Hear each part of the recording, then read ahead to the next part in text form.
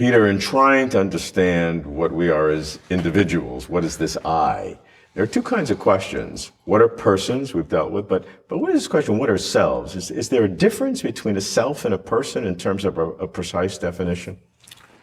Well, let's begin the question, what are selves, by examining the word self. Of course, it's a grammatical form in English that attaches to pronouns to form a reflexive form. So we have myself, yourself. It's interesting that in the Book of Common Prayer, and the latest version, somebody has changed the phrase, giving up ourselves to thy service, to giving up our selves to thy service. And one wants to ask what the difference is. What does that mean? What is it to talk?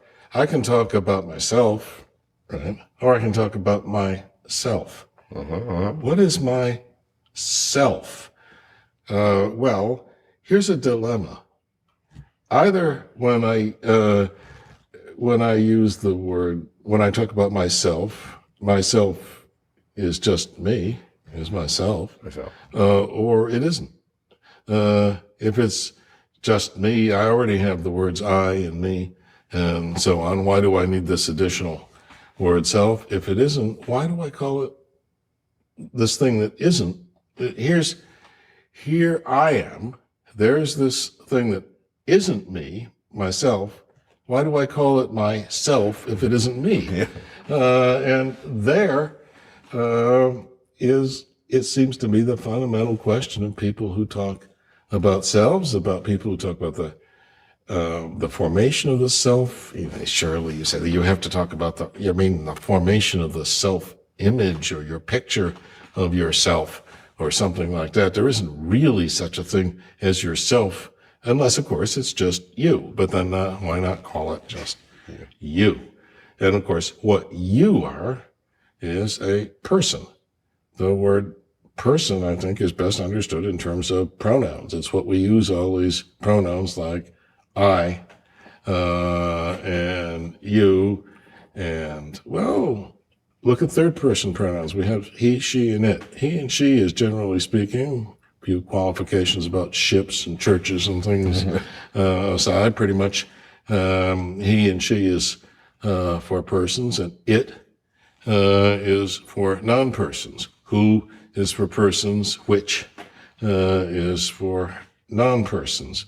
Someone, something. There was no word for person in the classical languages, but they had the concept because they had personal pronouns, as we call them now.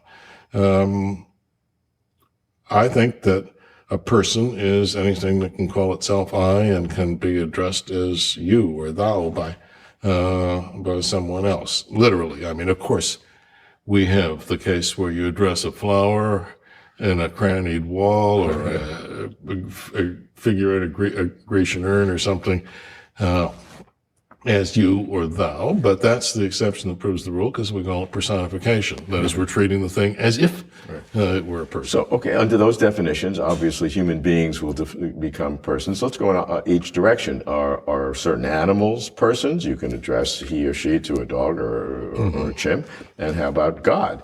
So, go in each direction, and how does your definition work? Well, of course, we do say you to dogs and cats and so on. We say it to inanimate things. You can imagine somebody who's just banged with his thumb a hammer, addressing the hammer, as people so often do. We don't, of course, when we address the cat as you, do we think the cat really understands us? Oh, well, maybe, I don't know. Most people wouldn't think so. I would think that addressing an animal with you as you is personification. Okay. They're not, I wouldn't really call them persons, which doesn't mean that they aren't conscious beings. I don't mean that they don't. And what is the underlying differentiation where you're not willing to call any animal a person? What is the core difference? They're alive, they talk, they seem to react. Well, they don't talk. I don't. Okay. In their language. That is, I don't. The question is, how many of them can think a thought that you would have to express in English using the word "I"? So some sort of self-reflection, an internal representation of their own self. Is it? You're saying that's a key element of what personhood is? I think my cat Arthur doesn't know that he's a cat. Doesn't know that he exists. He has a special interest in the class of things that he recognizes as cats, but he doesn't know that he's in that class. He doesn't know that he's there at all. He's the center of his own world, or rather his world has a center. Of course, that's just my opinion. If my opinion is maybe my opinion is wrong, he really is a person, and he really is thinking thoughts. In the other direction, we only got the word person from Trinitarian theology. It was the word that was invented for what there are three of in the Trinity and what there's one of in the incarnation. But it was a useful word. It moved into ordinary usage. Sometimes it just means human being. Sometimes students are puzzled if you talk about hypothetical extraterrestrials as persons, because for them the word just means human being. But I think it has the more general meaning. When a person is anything, it can call itself I, that thinks of itself as I.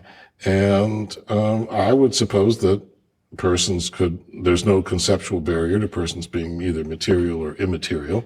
And I happen to think that when I use the word I refer to a living human organism, and not to some immaterial thing, not to some part of this organism, but to the whole thing.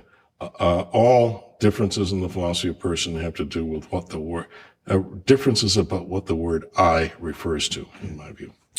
Now, as to God, it seems to me that if there is no problem with there being an immaterial substance, an immaterial thing, there doesn't seem to be any problem about supposing that one of these immaterial substances is a person, that can think of itself as I, and can address others as you, and that we can address that person. There are, of course, problems raised by Christian theology about how God can be a person and yet be three persons. That's a whole separate question. But that's a different question. Just from the sort of Unitarian point of view, that is, Muslims and Jews in this respect, I suppose I would have to have someone tell me what the problem is with seeing that God. I can sit back and say that if we're talking about the necessary being that grounds all reality, and then to say that is a person, that stops me. Does that make intuitive sense? Well, that is, does the ground of all reality make intuitive sense? As a person? Well, yeah, but even in the first place. That is, would we expect the ground of all reality to make him perfect? Now, your worry has been put in the form of an argument by Jean-Paul Sartre, who says that God is supposed to be absolutely unchanging and everlasting, and yet to be an active, conscious agent, to exhibit both être pour soi and être en soi. And he sees a contradiction there. To me, this is just one of those contradictions that some philosophers see, and I don't. That is, I would expect God to be mysterious in some respects. If maybe the world, there's no reason the world shouldn't have turned out from the perspective of my intellectual development, where the ultimate ground of reality was something like the Platonic one that wasn't a person. But if it tells me it's a person, am I going to say, oh, that can't be right. This must be some kind of illusion. Nothing could be telling me that, because that can't be true. I'm not so good at a priori metaphysics as to say it's impossible.